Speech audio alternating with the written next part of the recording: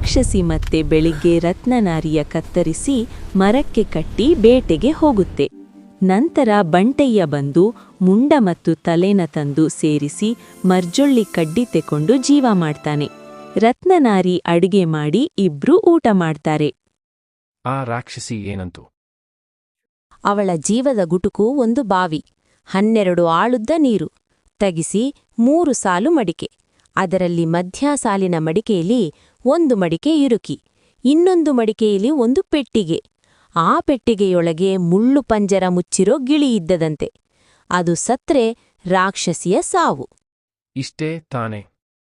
ಇದಕ್ಕೆಲ್ಲ ಯಾಕೆ ಎದುರುಕೊಳ್ಳುತ್ತೀಯ? ನಾಳೆ ಇಷ್ಟೊಕ್ಕೆ ಇದೇ ಸಮಯಕ್ಕೆ ರಾಕ್ಷಸಿ ಸತ್ಲು ಅಂತ ತಿಳ್ಕೊ. ಹಾಗೆ ಹೇಳಿ ರತ್ನನಾರಿಯನ್ನು ಕತ್ತರಿಸಿ ಮೊದಲಿನ ರೀತಿ ಮಾಡಿ ಬರ್ತಾನೆ.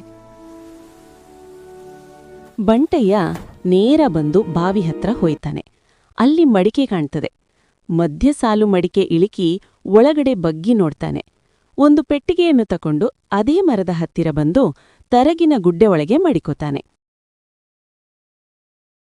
ರಾಕ್ಷಸಿ ಸಾಯಂಕಾಲ ಬಂದು ಆ ಮುಂಡ ಮತ್ತು ತಲೆಯನ್ನ ತಂದು ಸೇರಿಸಿ ಜೀವ ಮಾಡಿ ಅಡ್ಗೆ ಮಾಡಿ ಊಟ ಮಾಡ್ಬಿಟ್ಟು ಮಲಗೋ ಸಮಯದಲ್ಲಿ, ಇವತ್ತು ಮೈಯೆಲ್ಲ ಜಡ ಆಗಕ್ಕಿಲ್ಲ, ಚಳಿ ಚಳಿ ಬಂದಂಗಾಗುತ್ತೆ. ಬೆಳಗಾಗುತ್ತೆ, ಇವತ್ ಹೋಗ್ಬೇಡ ಕನವ್ವ, ಮೈಯೆಲ್ಲ ಆಯಾಸ ಅಂತೀಯ, ಸ್ನಾನ ಮಾಡ್ವಿ ಹೋಗೋದು ಬೇಡ. ನಾನ್ ಬೇಟೆಗ್ ಹೋಗ್ದೇ ಇದ್ರೆ ಹೊಟ್ಟೆಗೇನಮ್ಮ? ರಾಕ್ಷಸಿ ಮತ್ತೆ ಅವಳನ್ನು ಕತ್ತರಿಸಿ ಕೊಂಬೆಗೆ ನೇತಾಕಿ ಹೋಯ್ತದೆ. ಅವತ್ತು ರಾಕ್ಷಸಿ ಎಲ್ಲಿ ತಿರುಗಿದ್ರೂ ಭೇಟಿನೇ ಇಲ್ಲ, ತುಂಬ ದೂರ ಹೊಂಟೋಯ್ತು. ನಂತರ ಬಂಟಯ್ಯ ಬಂದು ಮುಂಡನೂ ತಲೆನೂ ತಂದು ಸೇರ್ಸಿ ಜೀವ ಮಾಡ್ತಾನೆ. ಆಗ ರತ್ನನಾರಿ ಎದ್ದು, ಹೋದ ಕೆಲಸ ಏನಾಯ್ತು? ನಾನು ಹೋದ ಮೇಲೆ ಜೊತೆಲೆ ತಂದಿದ್ದೀನಿ ನೋಡು. ಬಂಟೆಯ ಮುಚ್ಚುಳ ತೆಗೆದು ಮುಳ್ಳು ಪಂಜರ ತೆಗೆದು ಕೈಯಲ್ಲಿ ಗಿಳಿ ಹಿಡಿಯುತ್ತಾನೆ. ಅಲ್ಲಿ ರಾಕ್ಷಸಿಗೆ ಚಳಿ ಜ್ವರ ಬಂದ ಹಾಗೆ ಆಗಿದೆ. ಎಲ್ಲ ಮುಂಡೆ, ಅದಕ್ಕೆ ನೆನ್ನೆ ನನ್ನ ಜೀವದ ಗುಟುಕು ಎಲ್ಲಿ ಅಂತ ಕೇಳ್ದೆ. ಇವತ್ತು ಯಾವನೋ ಸಿಕ್ತಾ ಅಂತ ನನ್ನ ಬಿಟ್ಟು ಹೋಗ್ತಾ ಇದ್ದೀಯಾ? ಬಂಟೆಯ ಗಿಳಿಗೊಂದು ಕಾಲು ಮುರಿಯುತ್ತಾನೆ, ರಾಕ್ಷಸಿಗೊಂದು ಕಾಲು ಮುರಿಯುತ್ತೆ. ಹಾಗೂ ರಾಕ್ಷಸಿ ಕುಂಟುತ್ತಾ ಓಡಿ ಬರ್ತಾಳೆ. ಇಲ್ಲಿ ಬಂಟಯ್ಯ ಇನ್ನೊಂದು ಕಾಲು ಮುರಿಯುತ್ತಾನೆ, ಅಲ್ಲಿ ರಾಕ್ಷಸಿಗೆ 2 ಕಾಲು ಮುರಿದು ಹೋಗುತ್ತೆ. ನಂತರ ರಾಕ್ಷಸಿ ಉರುಳಿಕೊಂಡು ಬರ್ತಾಳೆ. ಬಂಟಯ್ಯ ಇಲ್ಲಿ ಗಿಳಿಯ ಕತ್ತನ್ನೇ ಮುರಿಯುತ್ತಾನೆ, ಅಲ್ಲಿ ರಾಕ್ಷಸಿಗೆ ಕತ್ತು ಮುರಿದು ಸತ್ತು ಬಿದ್ದಿರುತ್ತಾಳೆ. ಆಗ ಬಂಟಯ್ಯ ರತ್ನನಾರಿಯ ಮನೆಗೆ ಕರ್ಕೊಂಡು ಬರ್ತಾನೆ.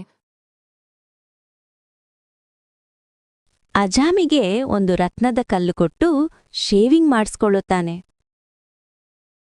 ಅಜಾಮಿ ಹೋಗ್ತಾ ಸಾವ್ಕಾರನ ಮನೆ ಮುಂದೆ, ಈಗ ತಾನೇ ಬಂದ ಬಂಟಯ್ಯ ನನಗೆ 1 ರತ್ನದ ಕಲ್ಲು ಕೊಟ್ಟು ಸೇವಿಂಗ್ ಮಾಡಿಸ್ಕೊಂಡ. ನಮ್ಮೂರಲ್ಲಿ ಒಬ್ಬನೇ ತಿರ್ಕೆ ಸಾವ್ಕಾರ ಅಂತ ಬೈಕೊಂಡು ಹೋಗ್ತಾನೆ. ಆಗ ಸಾವ್ಕಾರ, ರಂಗ, ಬಂಟಯ್ಯನ ಕರಿಲಾ? ಬಂಟಯ್ಯ ಸಾವ್ಕಾರನ ಮನೆಗೆ ಬಂದು 2 ರತ್ನದ ಕಲ್ಲು ಕೊಟ್ಟು ಹೋಗ್ತಾನೆ. ಮತ್ತೆ 3 ದಿನ ಬಿಟ್ಟು ರಂಗ, ಬಂಟಯ್ಯನ ಕರ್ಕೊಂಡು ಬಾ. ಬಂಟಯ್ಯ ಸಾವ್ಕಾರನ ಮನೆಗೆ ಬರ್ತಾನೆ. ಬಂಟಯ್ಯ 3 ರತ್ನದ ಕಲ್ಲು ತಂದುಕೊಟ್ಟೆ. ಇದಕ್ಕೆ ಇನ್ನೂ 3 ಇದ್ರೆ ಸರಿ ಹೋಗುತ್ತೆ. ಅದಕ್ಕೆ 3 ಗೆಜ್ಜೆ ತಂದುಕೊಡು. ಆಯ್ತು, ತಂದು ಕೊಡ್ತೀನಿ. ಬಂಟಯ್ಯ ಮನೆಗೆ ಬಂದು ಮಕಾಡೆ ಮಲಿಕೊಂಡು ಯೋಚನೆ ಮಾಡ್ತಿದ್ದಾನೆ.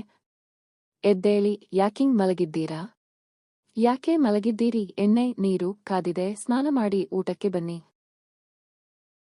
ನಂಗೇನು ಬೇಡ. ಅದೇನ್ ವಿಷಯ ನನ್ನತ್ರ ಹೇಳಿ, ನಾನ್ ಹೇಳ್ತೀನಿ. ಆ ದೊರೆ 3 ಗೆಜ್ಜೆ ಕೇಳಮ್ನೆ, ನಾನೆಲ್ಲಿಂದ ತಲ್ಲಿ? ಅಷ್ಟಕ್ಕೆಲ್ಲ ಯೋಚನೆ ಮಾಡ್ತೀರಾ? ನಾನೇಳ್ತೀನಿ. ಸ್ನಾನ ಮಾಡ್ಕೊಂಡು ಮೊದಲು ಊಟ ಮಾಡಿ. ಬಂಟಯ್ಯ ಸ್ನಾನ ಮಾಡಿ ಊಟ ಮಾಡ್ಕೊಂಡು ಬಟ್ಟೆ ಹಾಕೋತಾನೆ. ಹೇಳೆ ಈಗ.